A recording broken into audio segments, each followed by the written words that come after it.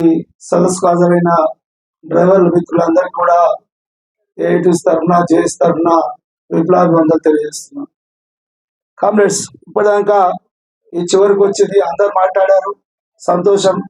ఎందుకంటే మనం ఓ సదస్సు పెట్టుకోవాలనే ఆలోచన మనకు ఆ రోజే, ఏ రోజైతే మనం ఇందిరా పార్క్న 5వ తారీఖు నవంబర్ 5 ధర్నా పెట్టుకున్నామో, ఆ ధర్నా తర్వాత మనం నిరంతరం కార్యక్రమాలు చేయాలనే ఆలోచనతోనే ఈరోజు సదస్సు పెట్టుకోవడం జరిగింది.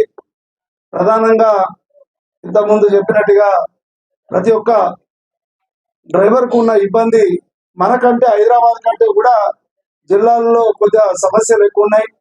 ఏదేమైనా మనం గత 6 నెలల నుంచి అనేకమైన ఉద్యమాలు చేస్తున్నాం, అనేకమైన పోరాటాలు చేస్తున్నాం. అసెంబ్లీ సందర్భంగా కూడా, అసెంబ్లీలో కూడా వివిధ ప్రతిపక్ష నాయకులు అందరూ కూడా ఆటో డ్రైవర్లు పడుతున్న ఇబ్బందుల మీద ప్రభుత్వాన్ని ప్రశ్నించడం జరిగింది. అయినా ప్రభుత్వం ఎప్పటికప్పుడు దాట వేస్తుంది. ముఖ్యమంత్రి గారు కానివ్వండి, ఇవాళ రవాణా శాఖ మంత్రి గారు కానివ్వండి, ఎవరైనా కూడా మేము ఆటో డ్రైవర్లు ఆదుకుంటాం, ఆటో డ్రైవర్లు మా పిల్లలే, మా తెలంగాణ వాళ్ళే అని అంటున్నారు తప్ప ఆదుకున్న దాఖలాలు మాత్రం లేవు. రేపటి వాస్తవంగా మీరు గమనించినట్టయితే ఈ ప్రభుత్వం, టిఆర్ఎస్ ప్రభుత్వం పోయిన తర్వాత కాంగ్రెస్ ప్రభుత్వం వచ్చి రేపు డిసెంబర్ 7కు 1 సంవత్సరం కావస్తుంది. మనం 1 నెల తర్వాతనే ఏదైతే ఫ్రీ బస్ పెట్టారో, మహాలక్ష్మి పథకంలో ఫ్రీ బస్సును మనం స్వాగతించాం. ఆటో డ్రైవర్లకు ఇబ్బంది జరిగినా, వాళ్ళ జీవనోపాధి పోయినా దాన్ని స్వాగతించడం జరిగింది. అది మహిళలందరికీ ఉపయోగపడుతుంది కాబట్టి, ఈ రాష్ట్రంలో ఉన్న మహిళలందరికీ ఉపయోగపడుతుంది కాబట్టి దాన్ని స్వాగతించాం. అప్పుడే ఈ రాష్ట్ర ప్రభుత్వానికి నిరసన తెలిపితే ఆనాడే రాష్ట్రంలో ఉన్న ఇంటెలిజెన్స్ ఎస్పీ ద్వారా ఏ జిల్లాలో ఎంత నష్టం జరుగుతుంది, ఆటో డ్రైవర్లకు ఏ మేరకు ఉపాధి పోతుందని చెప్పి వాళ్ళు సర్వేలు తెప్పించుకున్నారు తప్ప ఒక్క సమస్య పరిష్కరించిన దాఖలాలు పోలే. ఇవాళ మనం అడిగాం, ఆనాడు ప్రభుత్వం దానికి అనేకమైన వాగ్దానాలు చేసి, మనం కాదనట్లేదు.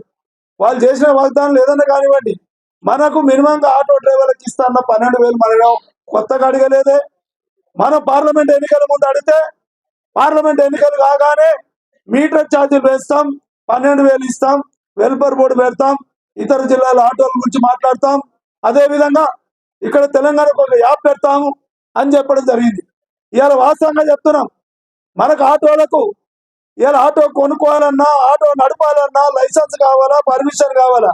ఇవాళ 2 వీలర్లు ఏ పర్మిషన్ లేకుండా, టాక్సీ ప్లేట్ లేకుండా ఓలా, ఊబర్, రాపిడోతో పాటు వేలాది మంది వాహనాలు 2 వీలర్లు నడుస్తున్నాయి. ఆ 2 వీలర్ వల్ల జీవనోపాధి మనకు పోతుంది.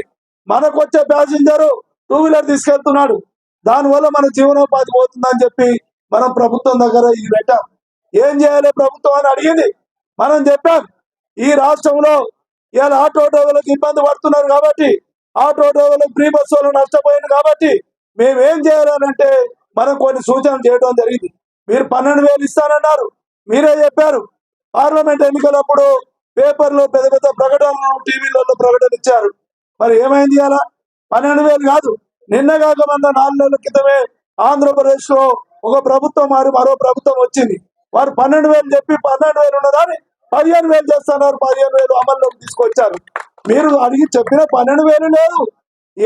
यार एक मिनट रुको जरा, एक काम है। ये लिखा हुआ है ना यहाँ पे, इसको सब्सक्राइब कर दो यूट्यूब चैनल को, और इंस्टाग्राम पे फॉलो कर दो, ठीक है? Okay bye.